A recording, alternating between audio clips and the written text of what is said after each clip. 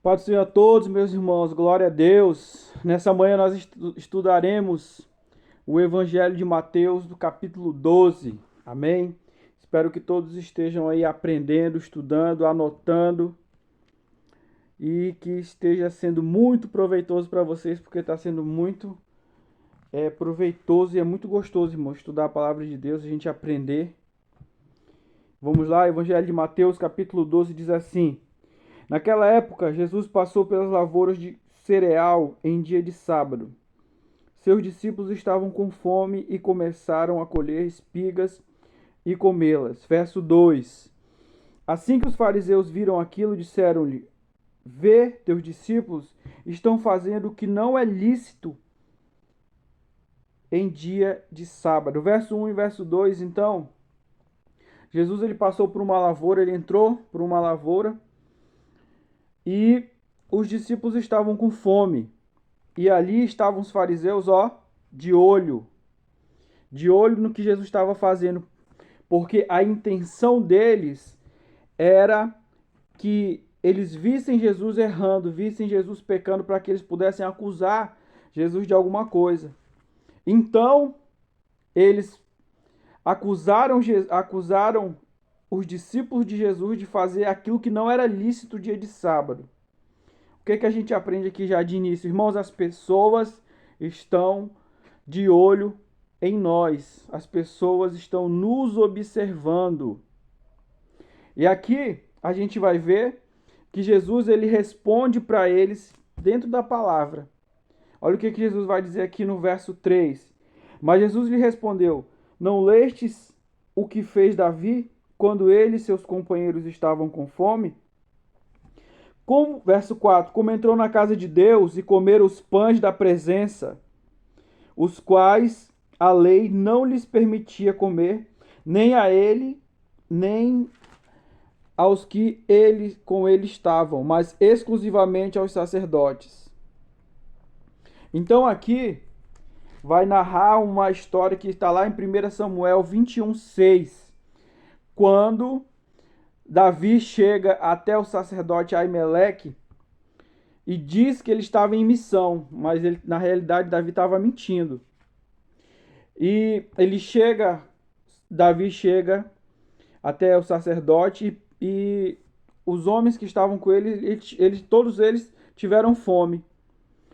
E aqui, a Bíblia vai dizer aqui, Jesus está dizendo que não era permitido, e realmente não era permitido.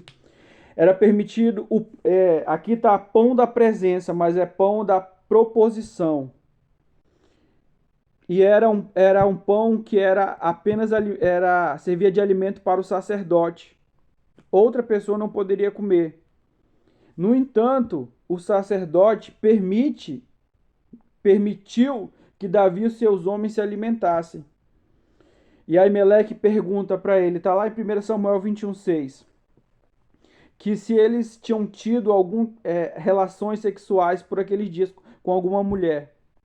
E Davi falou: não, todos os meus homens eles estão puros. Eles não tiveram nenhuma relação sexual.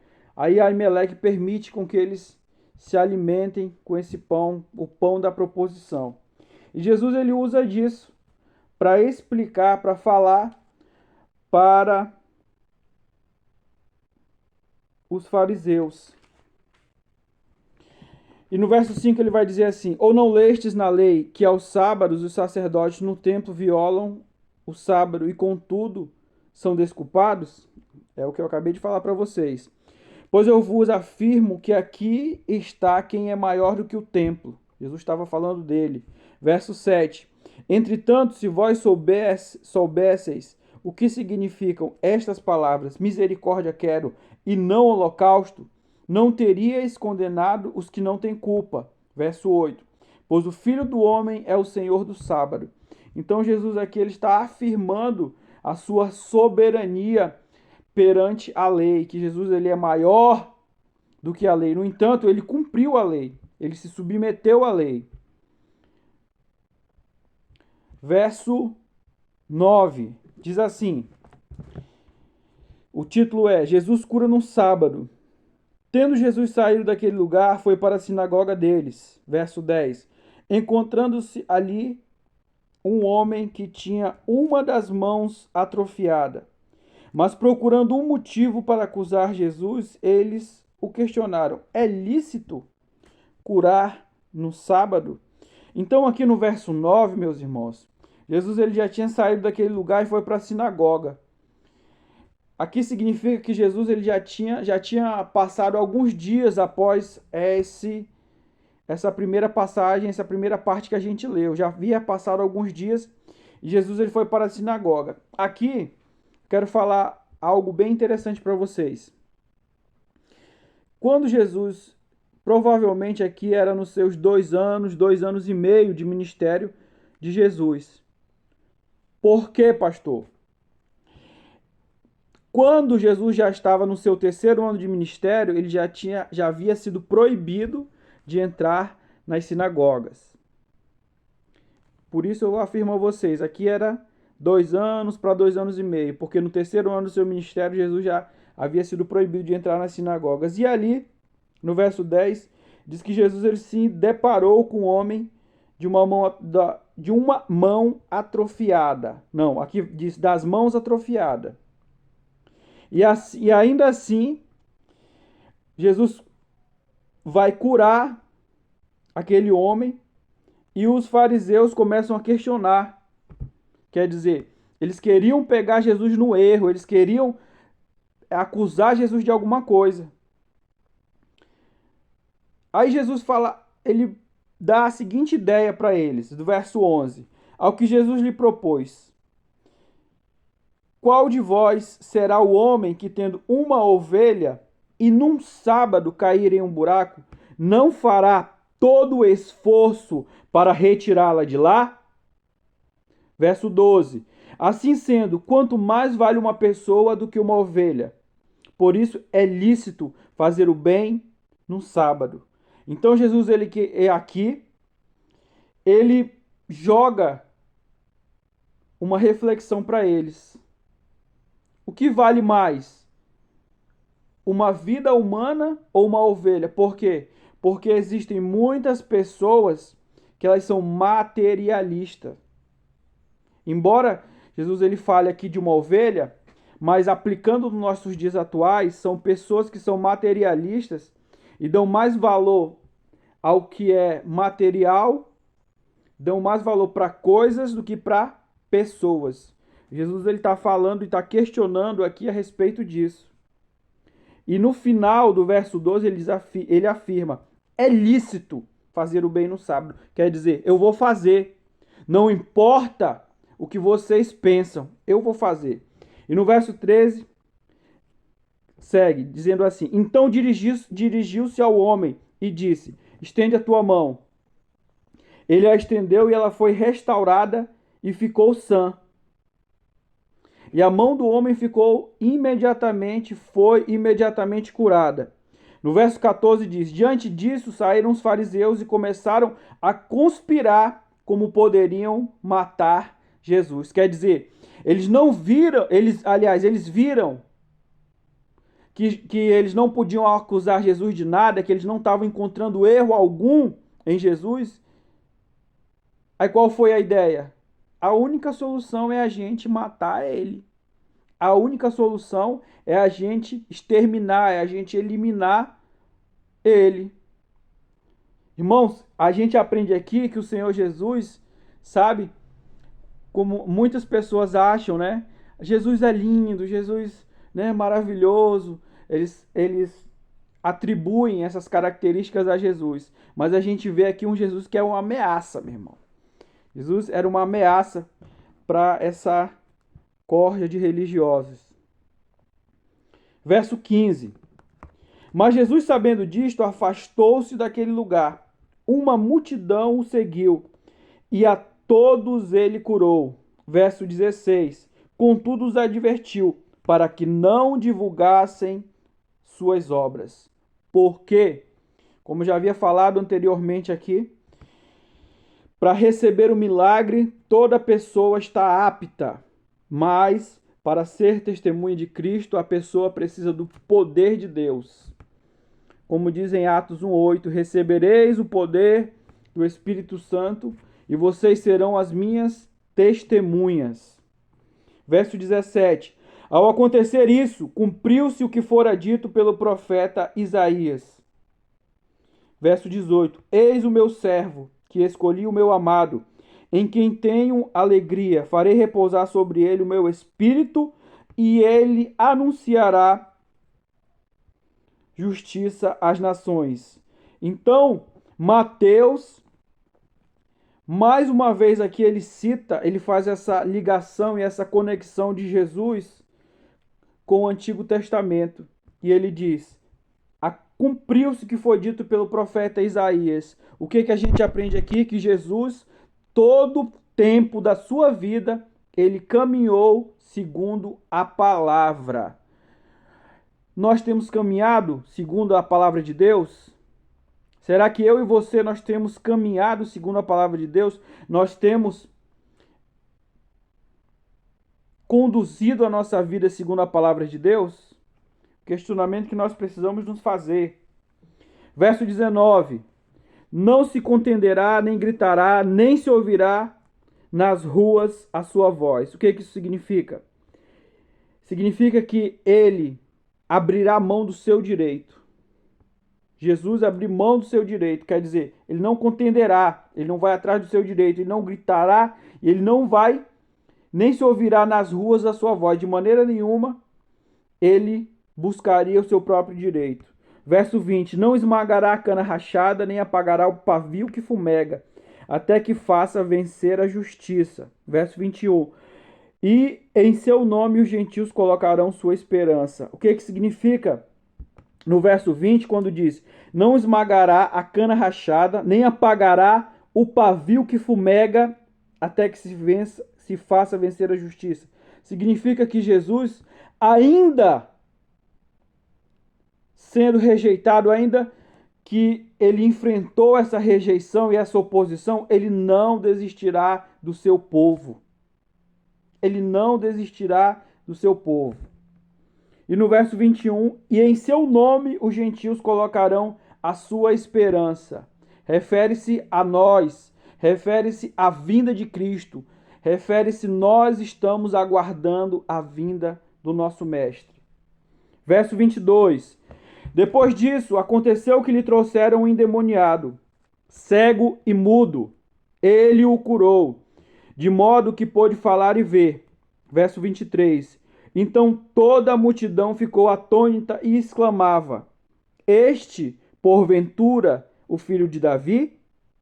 É este o filho de Davi? Verso 24, mas os fariseus, ao ouvirem isso, murmuraram, este homem não expulsa demônios, senão pelo poder de Beelzebu, o príncipe dos demônios. Então, mais uma vez aqui, eles começam a questionar Jesus. Mais uma vez a gente vê eles duvidando do poder de Jesus, do poder do Espírito Santo que estava sobre Jesus. Aqui a gente aprende, irmãos, que nós seremos muitas vezes questionados. Que a gente muitas vezes, as pessoas vão fazer oposição a nós, ao nosso ministério, ao que nós estamos fazendo. As pessoas vão fazer. Se elas fizeram a Jesus, que dirá a nós?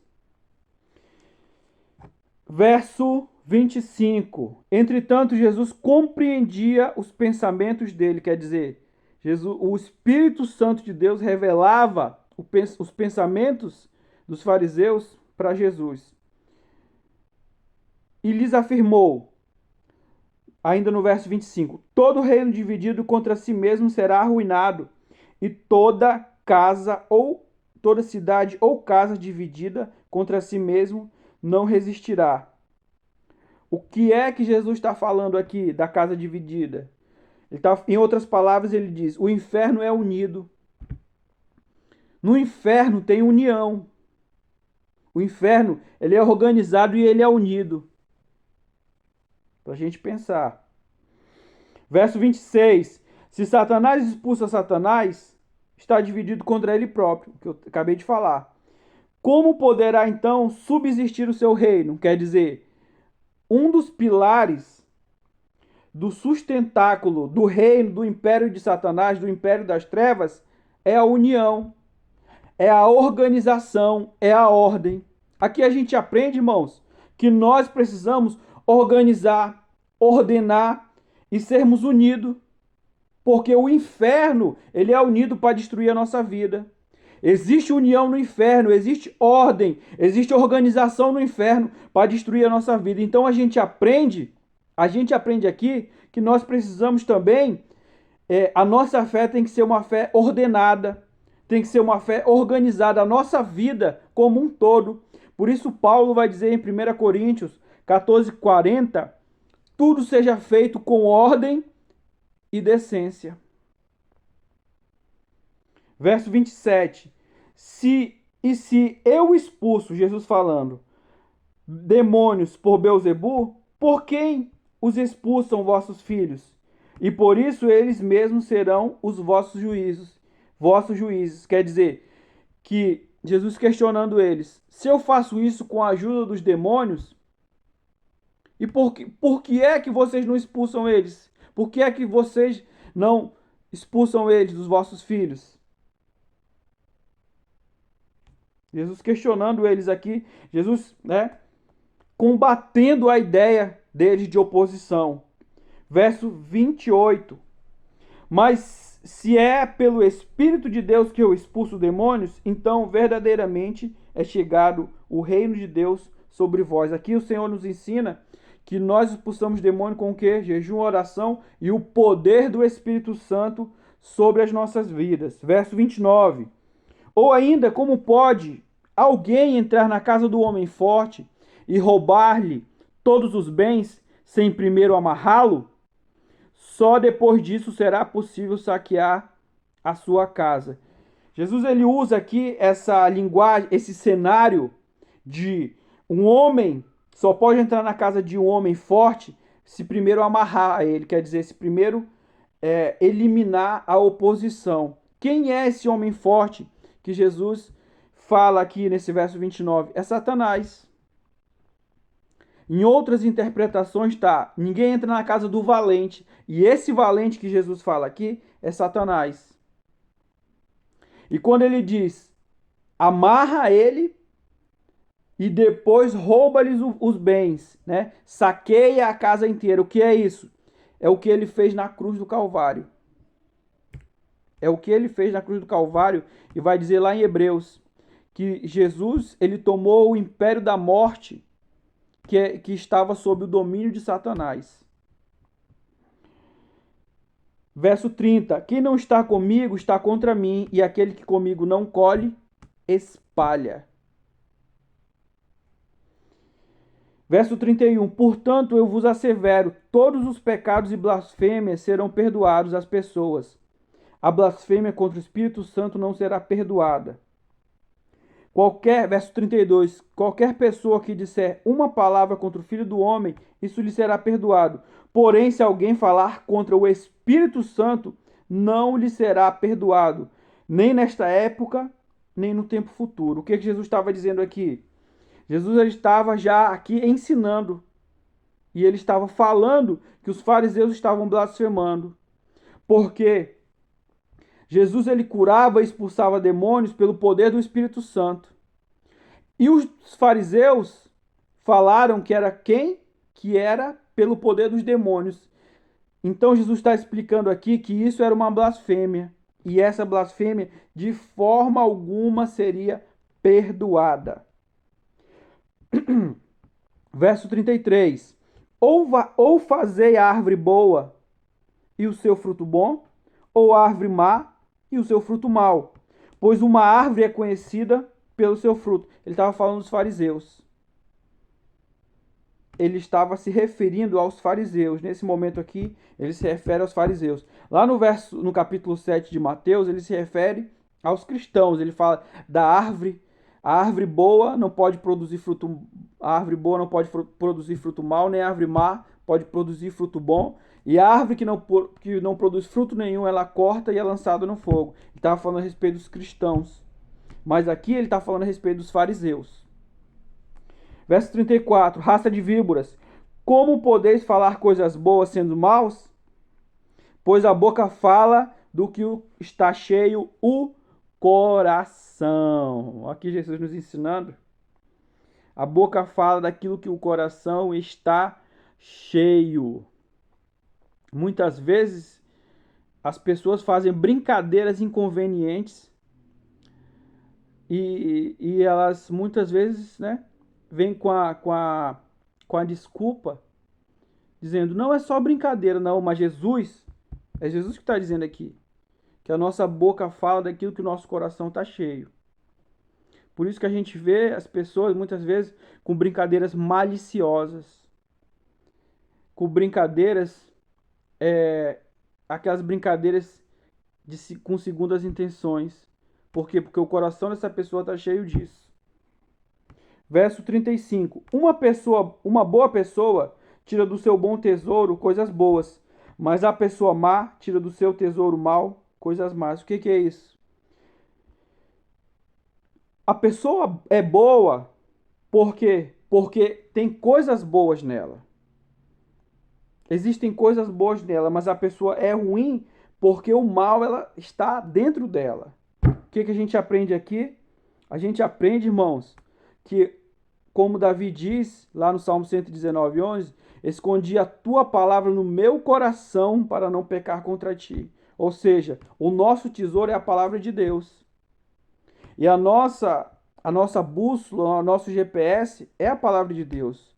No momento que a gente precisar, alguma situação que a gente precisar usar a palavra, aliás, alguma situação que a gente não conseguir resolver, nós precisamos recorrer à palavra, para ver o que a palavra diz. É isso que Jesus está falando aqui. O tesouro, a pessoa boa, tira coisa boa do seu tesouro, e o nosso tesouro é a palavra de Deus. Verso 36. Por isso vos afirmo que toda palavra fútil que as pessoas disserem deverão prestar conta no dia do juízo. Olha aqui, ó. Porque, verso 37, porque pelas tuas palavras será absolvido e pelas tuas palavras será condenado. E aí, irmão? Que tipo de palavra a gente está usando no nosso dia a dia? Quando fala de palavra, sabe? Abrange tudo. Que tipo de conselho a gente dá? Qual é a palavra que a gente recorre? A palavra de Deus ou a nossa palavra?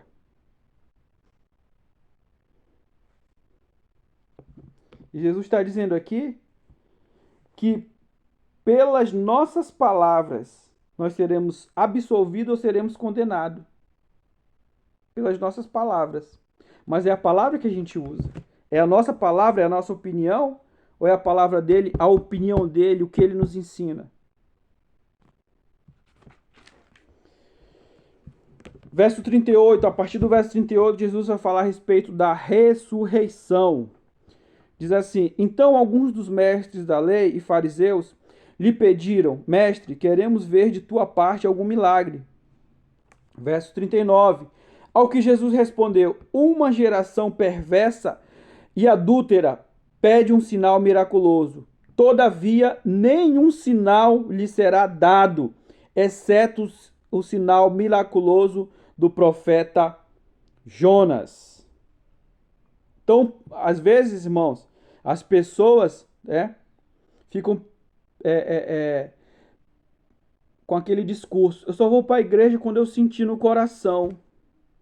Ah, só vou para a igreja quando eu sentir no coração. Ah, eu preciso um sinal de Deus, que Deus faça alguma coisa. Ah, meu irmão, se essa pessoa não tem vínculo nenhum, não tem compromisso nenhum com Jesus, o Senhor não vai dar nenhum sinal para essa pessoa, não. É isso que ele está dizendo aqui. É isso que Jesus está nos ensinando aqui. E qual é esse sinal do profeta Jonas? Vamos ler? Verso 40. Portanto, assim como esteve Jonas 3 dias e 3 noites no ventre de um grande peixe, assim o Filho do Homem estará 3 dias e 3 noites no coração da terra. O que é isso, pastor? Quando Jesus diz, o que significa que ele diz 3 dias e 3 noites no coração da terra? Significa a sua morte e a sua ressurreição. Verso 41. O povo de Nínive se levantará no dia do juízo contra esta geração e a condenará, pois eles se arrependeram com a pregação de Jonas. E eis aqui está quem é maior do que Jonas. Então Jesus está dizendo aqui que o povo de Nínive, ele se arrependeu, e são eles que vão julgar esse povo que não quer saber do Senhor, esse povo que rejeitou Jesus. E eles vão se levantar e julgar esse povo. E ele está dizendo: Jonas foi pregar e o povo se arrependeu. E eu estou aqui falando, e eu estou aqui pregando, e esse povo despreza, e esse povo rejeita, e esse povo duvida. E ele diz: eu sou maior do que Jonas. Agora, olha o que Jesus vai falar no verso 42. A rainha do sul se levantará no juízo contra esta geração e condenará, pois ela veio dos confins da terra para conhecer os sábios ensinamentos de Salomão. E eis que aqui quem está é maior do que Salomão. Por que Jesus ele fala a respeito da rainha do sul? Quem é essa rainha do sul? A rainha de Sabá. A rainha de Sabá, ela veio de muito longe para ela receber os ensinamentos de Salomão, para ela conhecer a sabedoria de Salomão. Ela veio de muito longe. E por que Jesus ele usa ela como referencial? Porque a rainha de Sabá, ela veio e Jesus ele foi até Israel. Por isso ele usa essa referência da rainha de Sabá. E ele diz: ela se levantará em juízo, quer dizer, ela vai julgar essa geração. E mais uma vez ele diz: eu sou maior do que Salomão. Eu sou maior do que Salomão. O que a gente aprende aqui, irmãos? Não despreze a palavra. Não despreze a palavra, porque a palavra é Cristo. Não despreze a palavra. Não despreze a palavra. O Espírito de Deus, ele fala para a gente nessa manhã que nós não devemos desprezar a sua palavra. Busque conselho, tome conselho de Jesus. O que você está precisando hoje? Qual é a problemática, a situação que você está vivendo e você não está conseguindo resolver? Busque conselho, tome conselho do Senhor na sua palavra. Amém? É isso que o Senhor fala para a gente nesse momento. Verso 43. Quando o espírito imundo sai de uma pessoa, passa por lugares áridos, procurando descanso, mas não encontra onde repousar. Então diz: voltarei para minha casa de onde saí. Verso 44. E retornando, encontra a casa desocupada, varrida e arrumada. Verso 45. Diante disso, vai e leva consigo outros 7 espíritos imundos, outros 7 espíritos, piores do que ele. E entrando, passam a morar ali, e o estado final daquela pessoa torna-se pior que o primeiro. Assim também ocorrerá com esta geração. Por quê? A ausência do Espírito Santo.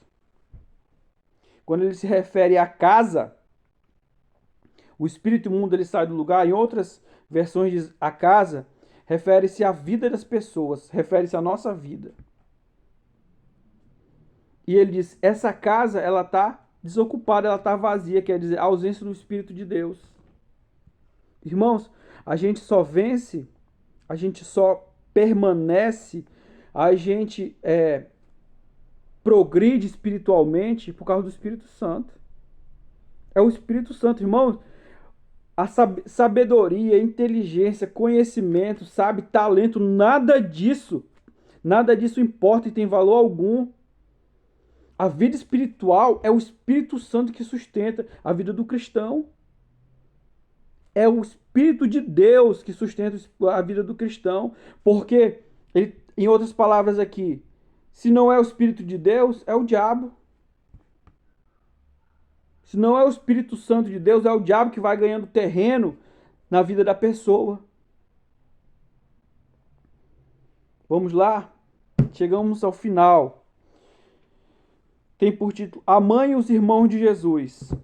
Enquanto Jesus estava pregando à grande multidão do lado de fora, sua mãe e seus irmãos procuravam falar com ele. Então alguém o avisou: tua mãe e teus irmãos estão lá fora e desejam falar-te. Verso 48. Jesus, entretanto, respondeu: ao que lhe trouxera a informação: Quem é minha mãe e quem são meus irmãos? Jesus está perguntando: quem é minha mãe? Quem são meus irmãos? Verso 49. E estendendo a mão na direção dos discípulos, afirmou: Eis minha mãe e meus irmãos. Verso 50. Pois todo aquele que faz a vontade de meu Pai que está nos céus, este é meu irmão, minha irmã e minha mãe. Então aqui Jesus, ele sabe, ele esmiuça, esfarela o ensinamento da Igreja Católica, do catolicismo, dizendo que Maria é a mãe de Jesus. Ela é a genitora, ela deu a luz ao Salvador. Sim, mas Jesus aqui, ele refuta isso. Quem é a minha mãe? Ele diz: "Não, a minha mãe a minha mãe e os meus irmãos é aquele que faz a vontade de Deus." Ou seja, as pessoas que fazem parte da família de Cristo é quem faz a vontade dele. Aqui mais uma vez cai aquela tese das pessoas disserem, que as pessoas dizem no mundo, todos são filhos de Deus. Filho de Deus só é quem faz a vontade de Deus. Amém? Então aqui, meus irmãos, nós encerramos o capítulo 12 de Mateus. Eu espero que os irmãos estejam aprendendo, espero que os irmãos estejam gostando também. Amém? De forma bem simples, irmãos, aqui para vocês. Curtam, compartilhem, se inscreva, ative as notificações, sabe? Compartilhe os nossos vídeos. Eu sei que aí eu estou me aperfeiçoando, irmãos, em fazer vídeo, sabe? Eu tô lutando, tô vencendo aqui a minha timidez, sabe? Estou vencendo aqui a minha timidez, às vezes eu gaguejo um pouco, às vezes eu erro, eu troco palavra, mas eu tô aqui me esforçando, irmãos. E eu peço aí a, a colaboração de todos, peço a ajuda de todos aí, não por mim, pela palavra de Deus, irmãos, pela palavra do Senhor, amém? Se você faz parte da família de Deus, divulgue esse estudo, compartilhe esse estudo, amém? Vamos orar nessa manhã. Pai, eu oro, Senhor, por cada vida, meu Deus. Pai, nós aprendemos hoje, Senhor, que a vida cristã, nós só temos vitória na nossa vida através do Teu Espírito Santo. Pai, que o Senhor possa nos encher do Teu Espírito Santo, Pai. Senhor, que nós, cada um de nós, Senhor, venhamos renunciar à nossa vontade, Senhor. Pai, que cada um de nós, meu Deus, nós venhamos, Senhor, nos inclinarmos e nos submetermos à Tua vontade, Pai. Deus, o Senhor conhece, meu Deus, as feridas, os traumas, Senhor. O Senhor conhece o coração do Teu povo, Senhor. Deus, eu oro, Senhor, nesse momento. Olha, Senhor, para as nossas vidas com um olhar de compaixão e de misericórdia, Senhor. Que a Tua boa mão possa nos ajudar. Que a Tua boa mão, Senhor, possa nos fortalecer a cada dia, nos livrar, Senhor. Em nome de Jesus, Pai. Pai, eu te peço nessa manhã, Senhor, nos dá sede da Tua palavra, sede da Tua presença, Pai. Eu abençoo cada um, em nome de Jesus. Amém e amém. Irmãos, Deus abençoe a todos e querendo Deus até amanhã, amanhã nós estaremos estudando o capítulo 13 de Mateus. Deus abençoe a todos, fiquem todos com Deus. Amém?